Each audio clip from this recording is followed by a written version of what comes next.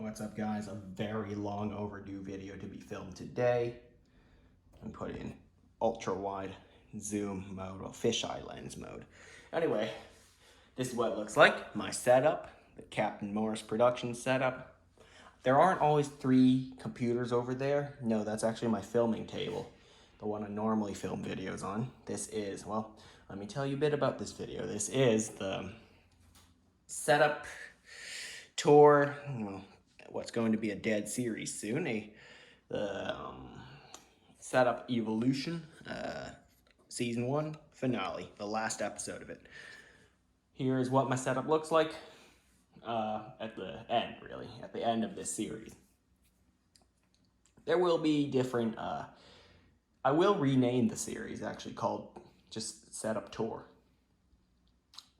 I'm just going to give you a tour of my setup, simply that. And I'll give the month and year of when it is filmed. Not when it's uploaded, because I actually have a pretty tight schedule where videos could be 2 or 3 months away from present day filming. Right now, I'm filming actually on August, somewhere in mid-August. This video is I'm gonna make space for this video because there will be another follow-up video after this that will be chronologically relevant to this one. So I will have to move one of my videos after August, mid-August, all the way to the end, if it has no chronological relevance to the channel. Anyway, enough talking about my future videos. You're here to see the setup. Now let's talk about what makes this pop, What's the most important thing? I guide your attention to the Windows setup. Here it is, the Windows computer setup. Now you have to believe me on this, but I'll pop the camera off so I can show you what the computer looks like from the side. It might not be the best angle, but there it is. I'll put it at 1x zoom right there. Let me run you some quick specs. CPU is a AMD Ryzen 9 3950X, 3950X. It is a 16-core, 32-thread CPU. A very nice one, up to 4.7 gigahertz maybe. It is overclocked, AI overclocked, like, automatic. So I'm not even sure how fast it's going right now. What annoys me is the radiator is too big. I can't fit another fan here, although that would look sick if there were 2 fans instead of just one. It looks a bit awkward with just one. But I moved the one near the middle so it at least doesn't look as awkward. I try to move it towards the middle of the mount. So yeah, it's got a 360mm radiator. RAM is 128 gigabytes of DDR4 3000, so it's not pretty fast RAM. It's actually what you would normally get in a gaming computer, so it's pretty average, let's say, the RAM speed. But the RAM capacity is way too much for someone like me. I use at most 32 gigabytes when I'm editing and gaming at the same time. Yes, I have Grand Theft Auto 5 open, as well as DaVinci Resolve, my video editor, occasionally. And the graphics card is a RTX 2080 Super. I hope graphics card prices will crash so I can finally get a 3090. Again, this is being filmed in August 2021 when graphics card prices are still high after nearly a year of graphics cards prices being high, especially after the RTX 3090 or 3000 series launched. I can finally, if it crashes, I can finally get if graphics card prices crashes, not my computer, I can finally get a RTX 3090. Should be $1,500 retail. Standard, standard pricing. Anyway, storage, 1 terabyte SSD, M.2 PCIe Gen 4. Case is a Corsair 680X RGB. I've kept most of the original case parts, except I removed the hard drive cage because I'm all SSD and external drives. Like that one over there, that is what stores all my videos. It's a backup of it all. I do keep a hard backup in case anything happens, so I can re-upload all of them, which will take over a few days to re-upload all of them, as it's over a terabyte worth of videos. Actually, no, coming up on a terabyte, because I have like 1.13 terabytes left. So coming up on a terabyte worth of videos. Anyway, the motherboard is a gigabyte Aorus X570 Elite, no Wi-Fi it uses. That is the Wi-Fi. It is a node, part of my Lynx's Velop system. This is just a little backup USB for some important photos. You know, random stuff. Some memes on it as well. And now we move to the setup itself, the regular part of the setup. 3 monitors, they're Samsung 27-inch curved, 60 Hz, 1080p. Pretty standard stuff. Now we move over a bit closer. The speakers, you might notice, they look pretty nice. Maybe because they're mine, I say that. Are the Klipsch Pro Media 2.1 speaker system. There's a subwoofer down there, if you can see it. Down there, there's a sub. I'm not sure how big the sub is, but it does produce a lot of bass, and that's pretty good. Keyboard is a Corsair K95 RGB Platinum, not the Platinum XT. I don't know why I didn't get that, but I don't know, someone told me to get the Platinum instead. But anyway, the mouse is a Logitech G502 Hero, pretty much the gold standard for gaming mice. Best gaming mouse in my opinion. So if you're looking for a gaming mouse, first one you should look at is this one. Actually dropped in price to about 40 bucks, I think. Yeah, but that was, I checked back 2 weeks ago for that, so it might not be that anymore.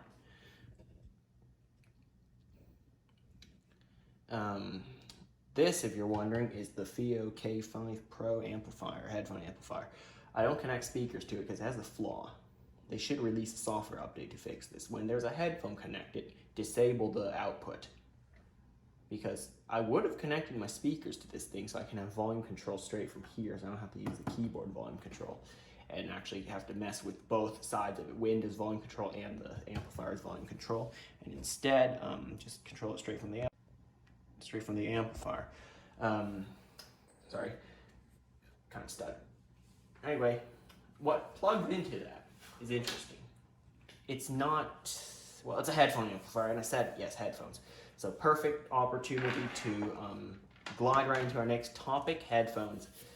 I know I made a ton of videos about headphones, but eventually I just returned most of them, except for this one, my favorite set, the Beyerdynamic DT770 Pro, 80 ohms. These are limited edition, so the ear cups are black. So, just plug in this big old headphone jack in there and start listening. What I do want is a nice set of, you know, them fancy planar magnetic headphones, but you can't afford them right now. Can't really afford those right now, so. And better yet, if I have the opportunity, electrostatic headphones, but yeah. Again, can't afford those right now. They can go into the tens of thousands if you get a really nice one. The really high end is tens of thousands. And the planar magnetic, I've heard they go into the multi-thousands. I've been looking into the Odyssey LCDXC. They're closed backs, I think. I can't exactly remember its model name, but they were these closed back planar magnetics. I like closed back headphones because, you know, a little more isolation, bass, you know, the lot. I don't know, I can get really deep into this topic, but let's not, because it could become an hour-long video if I talk about all the headphones I want, or I'm looking into. Anyway, my other set of headphones is here. These are a set of AirPods, 2nd generation. They are for on the go, and my backup set is actually up here. It's above my table. You look here, these are OG Apple EarPods. Well, not the really original ones, but the ones that we all know and love. It has the 3.5mm jack, so it's compatible with my phone, my iPad, my laptop, my computer, whatever. I said they're my backup headphones. I don't use them all the time. And that kind of covers the setup, pretty basic. No, it's not basic, it's very complex, but You get the point.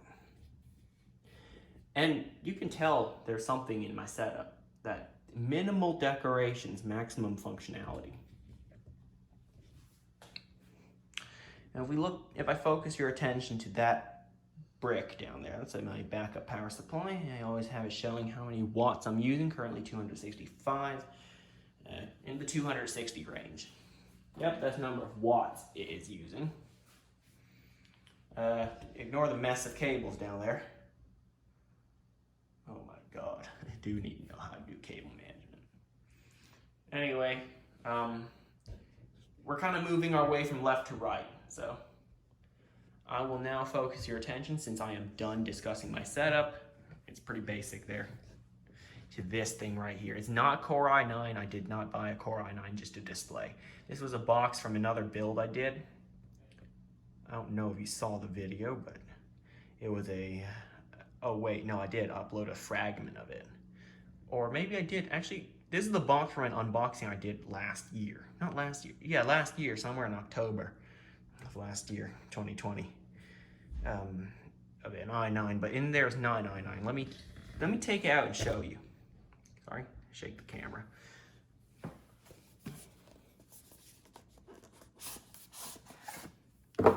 It's actually, if you look closely, an Intel Core i7-6700T. This has a weird story behind it. So I was walking in my neighborhood. Someone was dumping, recycling a bunch of old electronics. I found a Dell or HP, I can't remember, desktop computer. I thought, oh, it's gonna have a Pentium in there or something. So I just opened it up. There were some thumb screws and started rummaging around in there. Took out the CPU. I removed the CPU thinking, okay, I'm bringing home a Pentium, you know, because, well, chips are expensive nowadays, all right? Let's just say that. These aren't cheap. So, yeah, I bent a few things inside, so I couldn't take the whole system home. I should have just taken the whole thing home if I knew there was an i7 in there. I didn't read the Intel Core Inside sticker on the front of it. If it said i7 and I saw that the whole thing's coming home, and you would have seen a restoration video of me restoring it back to factory condition and using it. Gaming, Grand Theft Auto 5, I want to see how the integrated graphics of this thing. So powerful CPU, but weak integrated graphics. I would love to see how that thing ran. Because I always thought GTA 5 was a CPU intensive game.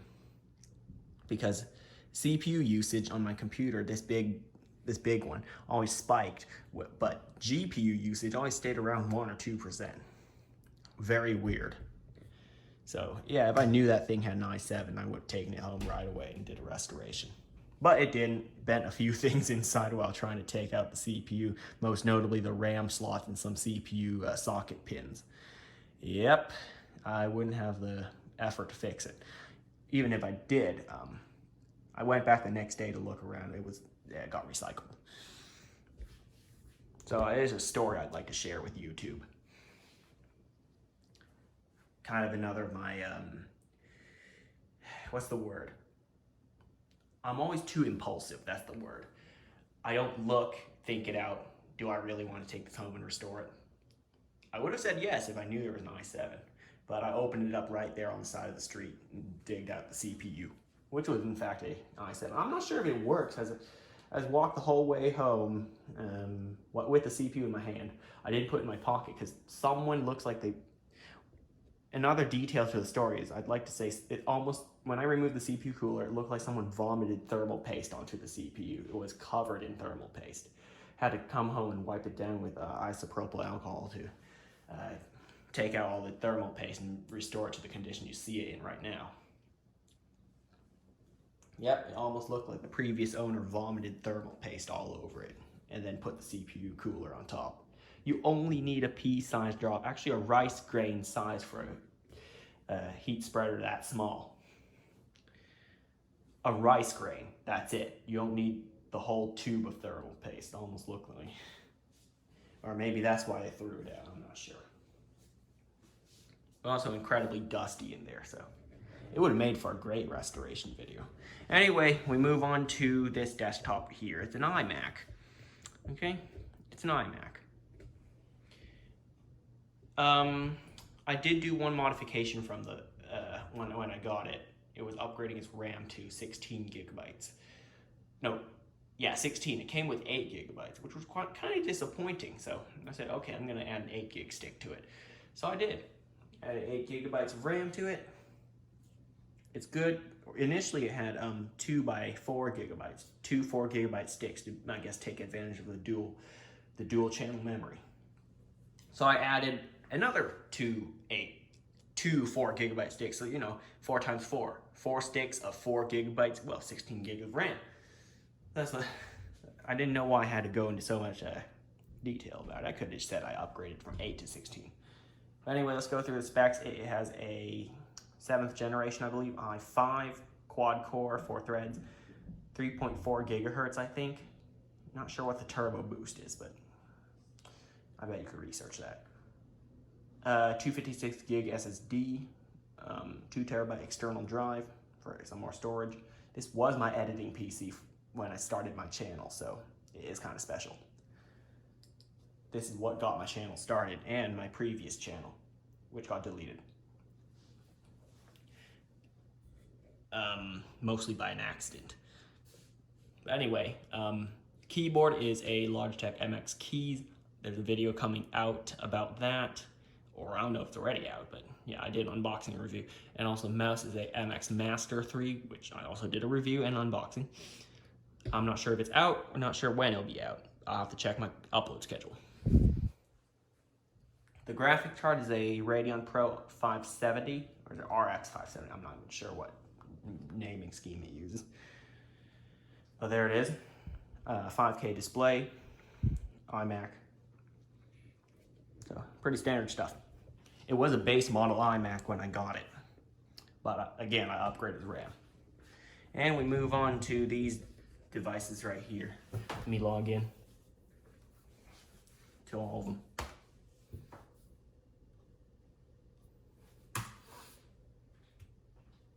All of them have some sort of biometric security. This is an iPad Pro, 4th generation, 12.9 inches. Of course I have the Apple Pencil. Sometimes I draw on it, sometimes I take notes on it. Very nice. Anyway, it has 256 gigs of storage. This is a MacBook Air, 13-inch, 2018. I can actually pull up system information about it. Let me zoom you in on that. Ooh, it looked a bit blurry. Hang on. Move that forward so you can see it just as clear as I can. Come on, focus. All right, I'll read it to you. Fine, I'll read it to you. 1.6 gigahertz. Is it 1.6 or 1.8? 1.6 gigahertz dual core Intel Core i5. So that's 2 cores. I don't think it has hyper threading. So 8 gigabytes of DDR3. Oddly enough, DDR3, not even DDR4. I can't upgrade it because it's soldered to the board. I would put 16 in there if I could. Intel UHD Graphics 617 has 1.5 gigabytes of RAM dedicated to that. Cool. Storage, 256 gigs, so nothing too special. Again, I keep buying base model Macs. I don't know why. I have no idea why I keep purchasing base model Macs. This was a base model. I think I upgraded storage from 128 to 256, but that's the only upgrade I did. Again, base model MacBook Air. And I did it again this year. I bought a base model MacBook Pro 16-inch. And I don't know if you saw that too, but if I turn it, you can't see what's on the display. I bought this cool privacy filter screen protector thing. It's super cool, right? When you're looking directly at it, you can see it very clearly, but if you look at it from the side, it goes dark. So people would ask me, hey man, what are you looking at? I'm like, have a look. And he says, no, you have a black screen. And then I turn it, and then it turns on, Really cool. But there is my channel, of course. Of course I have to show my channel on all of my devices, but let me run you through the specs of this machine.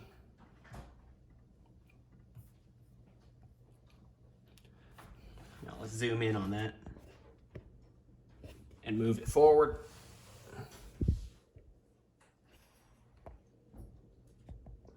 Okay, so it's a base model MacBook Pro 16-inch. I did not do any upgrades on it. I actually went to an Apple store and bought it. Compared to the other one, which I had shipped to my... I think I went to the Apple store to pick that one up as well. The MacBook Air. But the MacBook Pro, I can confirm I did go there. It is a 2019 model, 16-inch. It has a 2.4 gigahertz 6-core i7, which is actually could be more powerful than the 6700 Ti I picked up from that scrap computer that I found on the street. So yeah, it has 2 extra cores, and I want to see how many gigahertz the other one is.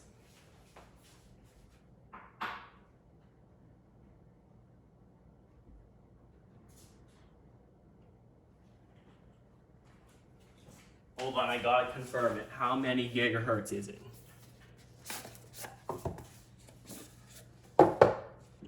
2.8. Okay, this one's only 2.6. So it loses a little bit in gigahertz, but has more cores. So I'm not sure how I'll use those extra cores. Maybe video editing?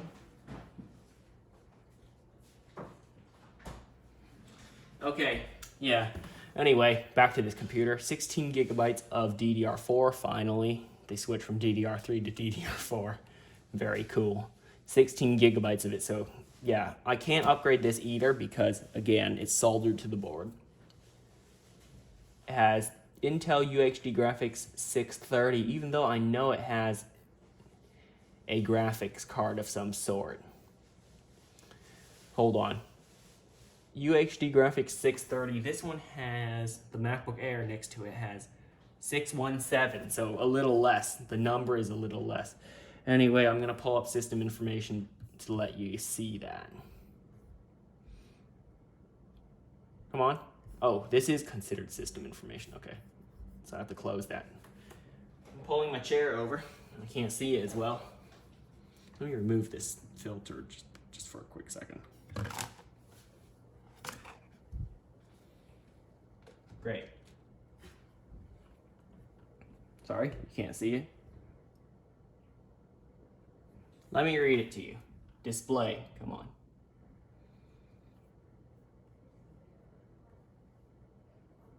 Display. Hardware. Graphics / displays, great. It has an AMD Radeon Pro 5300M, okay. And it's connected via PCIe. Okay, so there's an internal PCIe controller, probably for the Thunderbolt 3 as well as the internal graphics card, well, dedicated graphics card, the Radeon Pro 5300M, which is a 4 gig graphics card, 4 gigabytes of VRAM. It's not HBM2, I think it's GDDR5 or something like that. Yeah. Cool. Let's put the filter back on. And that is my other MacBook. It has the touch bar, which is cool, and it has the scissor switch keyboard, which is a welcome addition back to the MacBook line, considering that the butterfly keyboard on the MacBook Air is questionable, to say the least. Right, that concludes my mobile devices, and we're not including my phone, which I'm filming the whole thing with.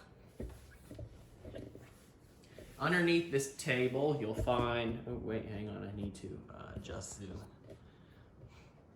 Underneath the table, you'll find a bunch of miscellaneous stuff. In that one over there, there's some computer parts that are just mostly accessories, not really anything. There's a case over there behind the backpack, a Corsair 465X Crystal Series RGB IQ. I probably butchered that name. I can't exactly remember what it is. I just remember the number 465X. And then some miscellaneous things. All right, we move over to that, my tools, which I use to do builds, teardowns, whatnot, you know. So why don't we go through these tools? So we'll start on the top. A lot of cleaning solutions. Most notably, Lysol wipes, some Clorox wipes back there, isopropyl alcohol, a ton of it, WD-40, more isopropyl alcohol, more WD-40. Oh, wait, I didn't do a video on this, but a controller board from a electric toothbrushes, specifically a Philips Sonic Care.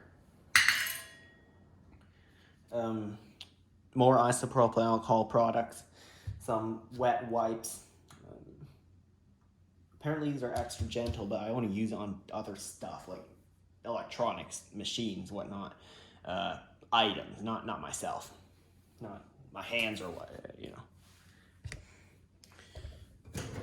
Here we have screwdrivers of all kinds, all sorts. Example, you know, Torx, flathead, the one with a socket on it, which I can actually hook up to those back there. What else we got? Phillips had some Allen keys, Allen wrenches, whatever. Oh, wait, where'd it go? Now that just brings up the question. Where did I put my... Oh, wait, I do know. Let me go grab it. Wait here.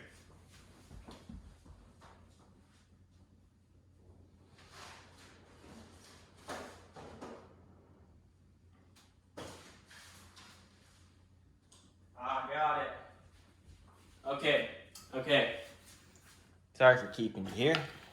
For keeping you waiting. I have this. This is my iFixit Manta toolkit, which is,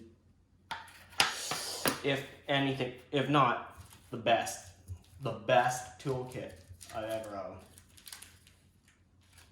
And I'm not saying that because anyone told me to. I genuinely do like this toolkit.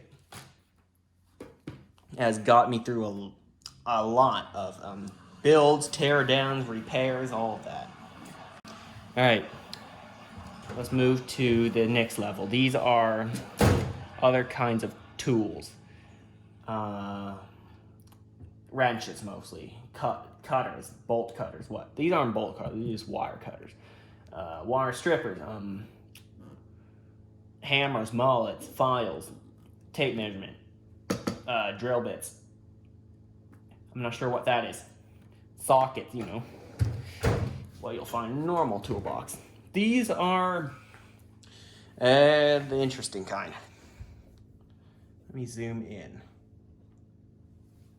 Drill, more drill bits, and a small drill toolkit. This one keeps opening on its own. The top one does not know how to stay shut. If I look back, there are batteries, lots of them. These are all used batteries. They're not brand new. Even against the warnings they give me on new devices I buy, they say always insert new batteries. I just pick up these old ones, these used ones, and stick it in there. It still works, you know. It still works. Miscellaneous stuff back there. Sharp, pointy stuff, I call it. Electrical stuff here. Multimeter, battery tester, batteries, watt meter, socket tester. Lock picks, the level, that, you know, that little bubble inside the glass tube, all of that stuff. And finally at the bottom, hardware. Sorry, it hit the camera soon. Bunch of hardware, screws, replacement stuff for around the house, some sanding stuff that I have. For some reason, a bunch of locks near the back. I just couldn't find a good one to secure the gate. Anyway, that is my toolbox and everything in it. That is the setup tour. Pretty much all of it. It's pretty much the whole thing. So yeah, the thing about the iMac, actually. It's not really... I don't use this computer all that much anymore.